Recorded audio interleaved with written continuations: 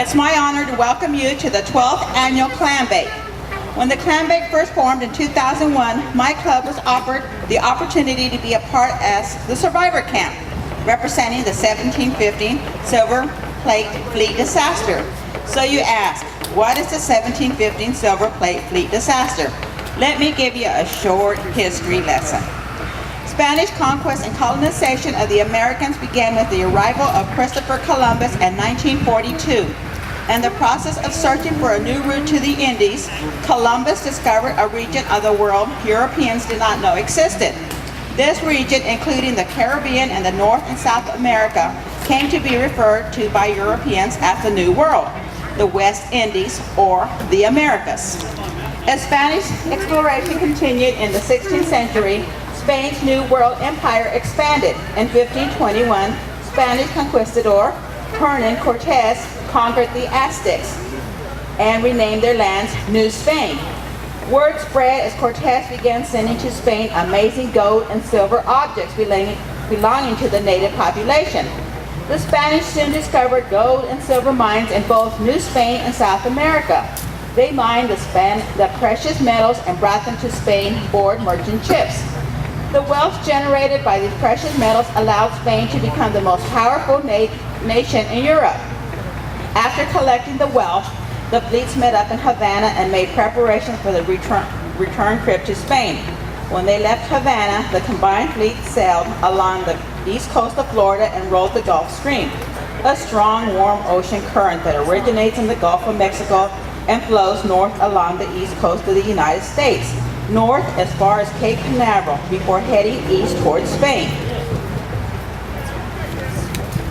In 1700, Charles II of Spain died childless and named Philip, the grandnephew of his first wife, Marie Louise of Orleans, and the grandson of Louis XIV of France as his heir. The Dutch and the English saw this combining of power as threatening and launched the War of the Spanish Succession. The routes between Spain and the Americas were not safe, and the flow of treasure virtually stopped. As the war neared its end in 1713, Spain was on the verge of bankruptcy. King Philip V already had ordered a fleet to sail to the Americas, decreeing that as much treasure as possible must be brought back. The fleets finally came together in Havana in the summer of 1715. By this time, the Spanish crown was in desperate need of money, and merchants were impatient to sell their New World goods on the European markets. Despite the fact that hurricane season was underway, the combined convoy left Havana on July 24th, carrying 14 million pesos worth of treasure and cargo. Altogether, there were 11 Spanish ships and 1 French ship that was forced to be part of the fleet. After leaving Havana, the convoy enjoyed calm weather as it made its way up to the Bahama Channel. On the night of July 30th, however, a violent hurricane struck the ships off the east coast of Florida and drove them onto the shallow reefs and hard rock bottom. In a matter of hours, the storm destroyed 11 of the ships. The Griffin, the French ship, was the only ship to escape. Miguel de Lima, owner of Urca de Lima, described the wreck of his ship.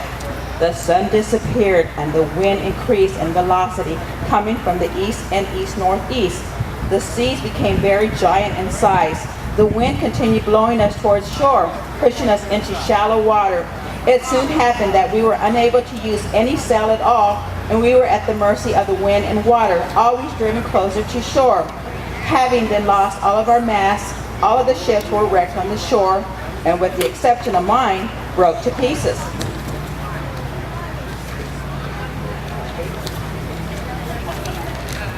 More than 1,000 people died in the storm, including Bella.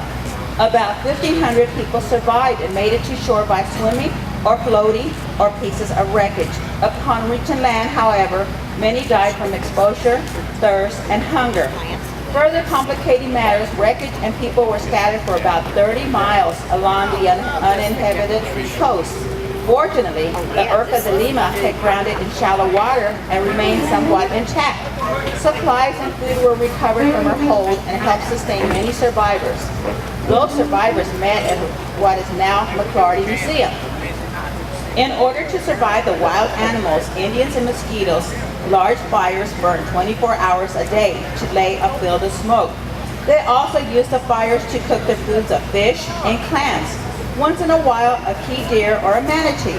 At night, the women and children would be buried in the sand to their necks, and a wet rag would cover the faces so the mosquitoes could not cover them. A few launches survived the disaster, and survivors managed to send one to Havana for aid. 1 month later, relief boats from Havana and St. Augustine, Florida, arrived with supplies and salvage equipment to recover sunken chests of gold and goods. The Urca de Lima was the first of the wrecked ships to be salvaged by the Spanish.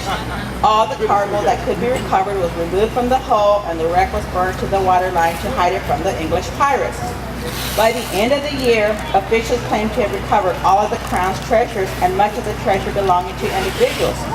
The Spanish completed salvage efforts by July 1716. It was not until the end of August, 4 years after the original fleet left Spain, that the recovered treasure finally arrived in Spain. More than half of the total treasure was still missing. The wreck of 1715 Silver Plate fleet gave us the name of the Treasure Coast. And after every large storm, pieces of silver or other valuables still wash up on our shores. Please come down and check out the camp. We lit the fire at 1:30 and will women and man the fire continuously until the close of the festival, Sunday at 5. Thank you.